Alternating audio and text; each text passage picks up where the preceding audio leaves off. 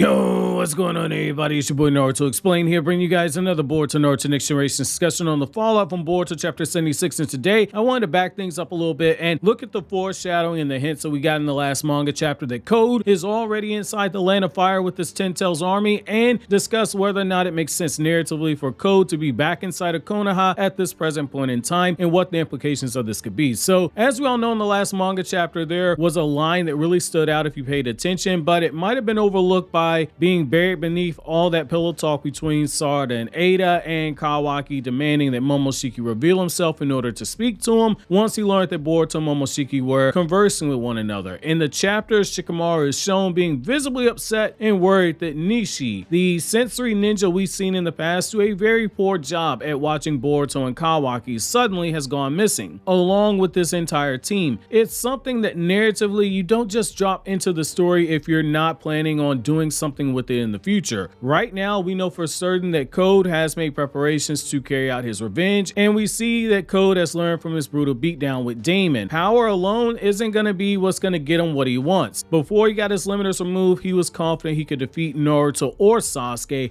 in a 1 versus 1 battle, but there was enough doubt there that he wanted his limiters removed so as to assure that he would be victorious. Based off of Momoshiki's toying around with Code and nearly killing him, but also his quick request to join Code when Naruto was showing up, we can at least gather that Momoshiki, who was just toying with Code, whereas he didn't view Code as a threat, he at least viewed Sage Mode Naruto as a big enough threat that he didn't want to fight him alone, which would prove that Amato's guess was right, that it was impossible to calculate how much power Naruto's lost without Kurama, but if he had to guess, he'd bet on Code, but it wasn't an absolute certainty because there's a lack of certainty on how much power Naruto has without Kurama himself. But Momoshiki's reaction was at least a decent measure because Momoshiki has sensory abilities. Now, Code has gotten his limiters removed, but we saw that Damon was much stronger than him, which made that sudden power up feel a lot more useless. Code also knows that Ada and Damon are inside of Konoha, but he's not just going to blindly rush in through the front door, nor is he going to pull a Pain and just come in through the sky and use diversion tactics in the exact same way that Pain did. It doesn't behoove him to do that. Code knows he only has one shot to pull off what it is he's attempting, and his best chance is to make his moves quietly while no one's paying attention to him, which is absolutely smart. Code knows that Ada, after spending so much time looking at Kawaki from afar, isn't going to be paying him any attention, especially after Damon just beat him within an inch of his life. As far as Ada's concerned, he's too scared to try anything right now. Add that with the fact that Konoha is expecting Code and Konoha's on guard, he knows that Ada isn't going to think to look for him for a while now. However, even if she did, that's why he made the Ten Tails soldiers. He's able to control them remotely. He himself doesn't have to appear anywhere near or around Konoha, and if Ada looks in on him, she's just going to see him standing around in that Ten Tails dimension, and he knows that Ada has a short attention span. She's notorious for it, something that she herself has said she gets bored very quickly. He's counting on her short attention span and her thirsty nature for Kawaki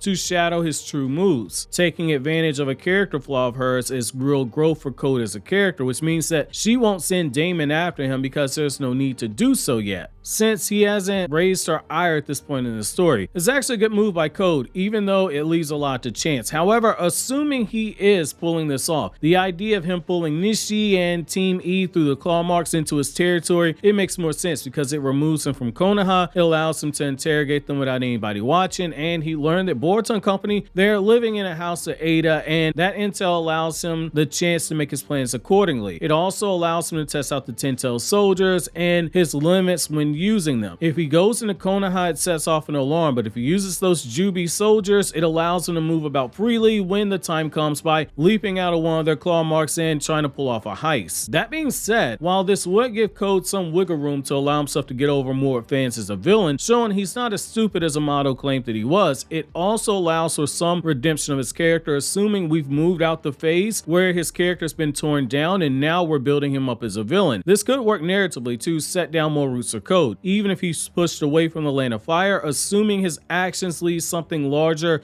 in the story to raise the stakes long term. Orochimaru is a great example of this. Orochimaru didn't fully destroy Konoha, but he left with the third Hokage dead. He left the curse mark on Sasuke. His actions directly resulted in ramifications that continued to make waves even when he wasn't on the screen per se. The problem right now with Code is that he's got limited paths moving forward for him to make a major impact of that magnitude to justify yet another failure. Based off what we've seen in the manga, we can gather a few bits of information, and that could foreshadow what it is that Code has to do in order to leave a larger impact. We've been told repeatedly he's stronger than Jigen, but he's weaker than Isshiki, and Shikamaru viewed that as a threat level that they can manage against, because Code doesn't possess anywhere near the number of hacks that Jigen did, which made Jigen so deadly. There is no ninjutsu absorption via karma. There is no summoning objects faster than 6 fast Sage Mode can track, nor is there the ability to shrink objects in yourself so small that only a Sharingan can track it. There is no shrinking any chakra-based attack that comes flying at him. Unlike Jigen, who was a hard counter to Naruto and Sasuke, on top of just being stronger than them, anyone who fights Code has their entire ninjutsu arsenal at their disposal, and that means surviving the battle long enough to create one major opening needed to do critical damage to the enemy is something manageable, especially when you have experienced shinobi such as Naruto and Sasuke who are used to fighting against somebody who is stronger than them. You're basically fighting a much stronger version of Minato, given the claw marks are very similar to the Flying Raijin, and in some cases even more broken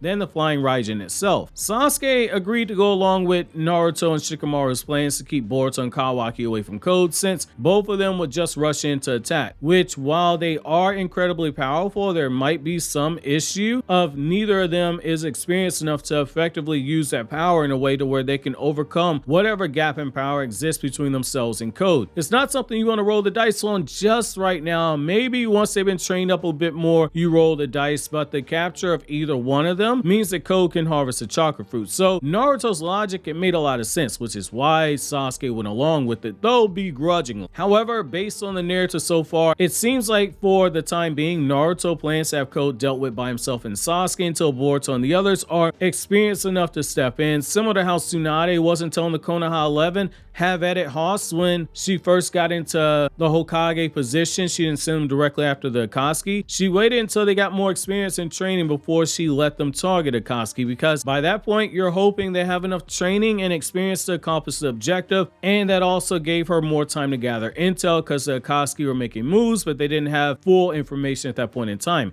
Even if there's a very good chance there's a gap in power, you at least have the opportunity. If we have Code being written as being forced to engage with Naruto or Sasuke, it gives Code the chance to assert himself in a very favorable light, just like how you see on this thumbnail. If you see Shikamaru's right or wrong about his belief that despite the power, they can still overcome that power gap through skill and strategy, it gives Code a lot more of a presence. If you have Code do lasting damage, like say taking Sasuke's other arm or cutting Naruto's leg off or leaving either one of them in a near-death state or even potentially killing one of them, i.e. killing Sasuke, it does accomplish what Orochimaru did in the Konoha Crush arc narratively. He didn't leave with Sasuke, but he raised enough chaos that he changed the way that the world in universe operated by leaving a power gap in the shinobi system by having the strongest Kage at the time, the third Hokage, killed and being responsible for the death of another Kage. He did enough to be viewed as being a legit threat. A lesser writer would have just relied upon the statements that we were told that he was one of the legendary Sannin, and the people in the village saying that if only the fourth Hokage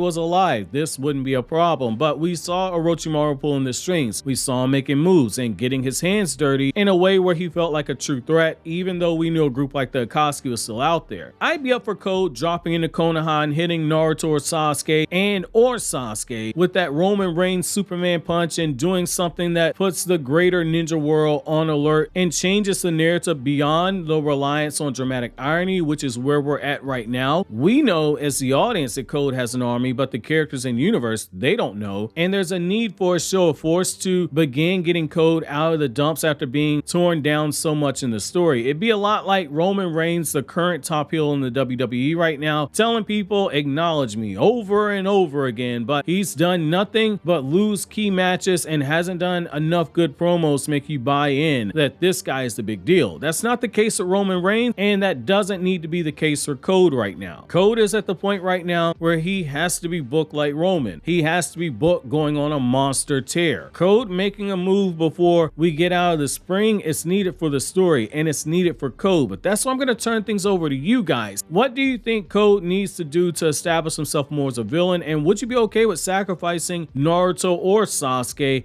in order to get Code over and get Code more heat? While you think that over, click here to watch my Black Clover chapter review, or click here to watch this Naruto Explain video.